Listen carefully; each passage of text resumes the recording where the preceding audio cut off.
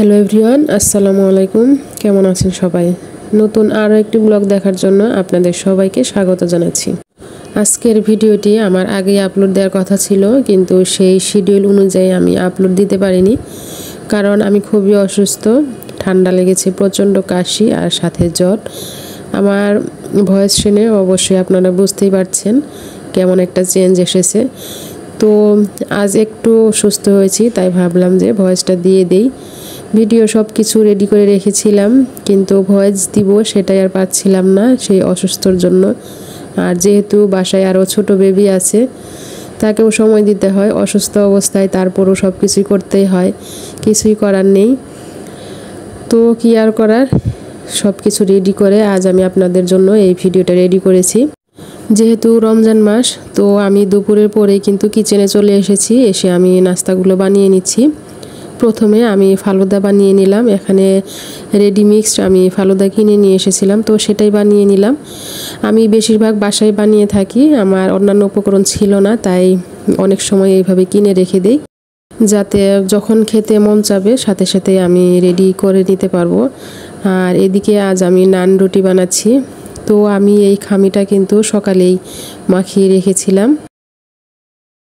যেহেতু নান রুটি বানাবো, তাই আগে থেকে আমি রেডি করে নিয়েছিলাম। আর এখন ইফতারের আগে আগে শুধু আমি ভেজে নিচ্ছি।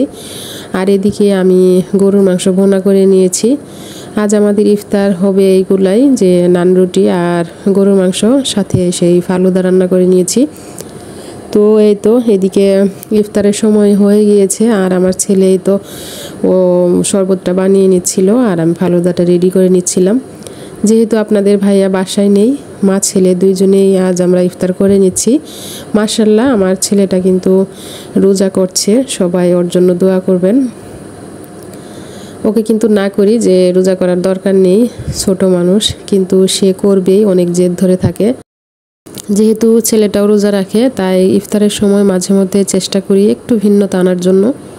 আর প্রতিদিন দেখবেন একটা জিনিস খেতে ভালো লাগে না।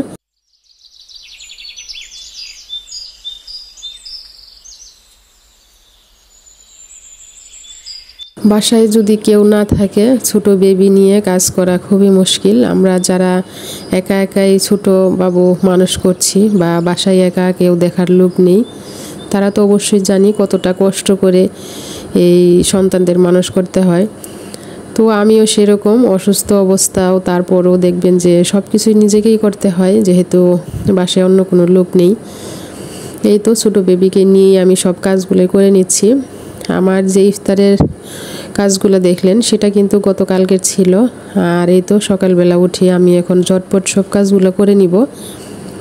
আমি কিন্তু একটা টার্গেট থাকে আমার, যে আমি কখন কোন কাজটা করব।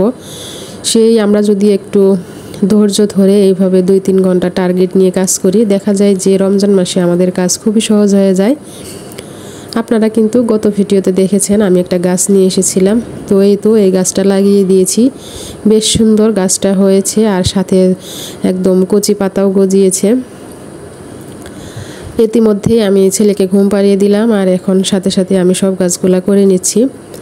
ও যখন ঘুমিয়ে পড়ে তখনই আমার টার্গেট থাকে যে ও যতক্ষণ ঘুমাবে তারপরে আমি সব কাজগুলো করে নিব। সকালে আমি বেডটা গুছিয়ে নিয়েছি, তখন কিন্তু সে জেগেই ছিল, তাকে বসিয়ে রেখে আমি কাজ করেছি। আর এই তো তারপরে ওকে আমি ঘুম পাড়িয়ে দিলাম। আর এখন ডাইনিং টেবিলটা মুছে নিচ্ছি। বললাম যে অসুস্থ, সেই জন্য রাতে কোনো কাজ করিনি। থালা প্লেট বাটি সব কিছুই রেখে দিয়েছিলাম। আমি কখনোই এইভাবে জমা করে রেখে দিই না কাজ, তাহলে দেখা যায় নিজেরই অনেক কষ্ট হয়, আর যদি কাজ জমে থাকে ভালো লাগে না। সাথে সাথে করে নিলে কাজটা খুবই সহজ হয়ে যায়। আমি সেহরির টাইমে যা খাবো সবগুলাই সুন্দর করে ধুয়ে তারপরে আমি একদম রেখে দেই, আর ইফতারের সময় সবগুলো ধুয়ে সাথে সাথে রেখে দেই। এতে আমার কাজগুলো খুবই সহজ হয়ে যায়। আর যেহেতু আমি অসুস্থ, তাই কোনো কাজই করতে পারিনি। রাতে কোনোরকম খেয়ে মা ছেলে শুয়ে পড়েছিলাম। আর এই তো সকালবেলায় সব পরিষ্কার করে নিয়েছি। আর আমি ওই বেডটা গুছিয়ে ছেলেকে ঘুম পাড়িয়ে দিলাম। আর এরপরে এসে আমি এই বেডটা গুছিয়ে নিলাম, যেহেতু কালকে কোনো কাজ করতে পারিনি। তাই আজ একটু একটু করে আমি এই তো দুপুরের মধ্যে সব কাজ কমপ্লিট করে নিব। যদি এইভাবে আমি টার্গেট নিয়ে কাজ করি দেখা যায় আমার কাজটা খুবই তাড়াতাড়ি হয়ে যায়। গতকাল অনেকগুলো কাপড় ধুয়েছিলাম আর সবগুলাই আমি নিয়ে এসে শুধু জমা করে রেখে দিয়েছি। সেটা যে ভাঁজ করে তারপরে আয়রন করে রাখবো সেটাও আর করিনি, কারণ শরীর ভালো না থাকলে দেখবেন যে কোনো কাজই করতে ভালো লাগে না। তো কাপড় অনেকগুলো আয়রন করতে হবে, তাই শুধু ভাঁজ করে তারপর আমি আলমারিতে রেখে দিলাম, যে অন্য সময় যখন শরীরটা ভালো হবে তখন এইগুলো আমি আবার আয়রন করে নিব। আর যদি বাইরে এইভাবে রেখে দেই তাহলে দেখা যাবে যে ময়লা হয়ে যাবে, তখন আবার আমাকে পরিষ্কার করতে হবে। তাই সেই চিন্তা করে আমি সবগুলাই গুছিয়ে নিলাম। আর এদিকে এই তো যেহেতু ছেলেটা ঘুমাচ্ছে তাই ভাবলাম যে ইফতারের জন্য যে আয়োজন করব বা সেহরির সময় যে রান্না করব তার জন্য তো সব কিছু তরকারি যদি কেটে রাখি তাহলে আমার কাজটা খুবই সহজ হয়ে যাবে। আর বিকেলবেলা দেখা যাবে যে আমি এই কাজ করতে গেলে অনেক সময় লেগে যায়। তো আমি প্রতিদিনই চেষ্টা করি যে দুপুরবেলায় সব কেটে ধুয়ে রেখে দেই, এরপরে শুধু গোসল করব, তারপর নামাজ পড়ে আমি কাজে হাত দিব। এতে দেখা যায় যে কাজগুলো খুবই সহজ হয়ে যায়।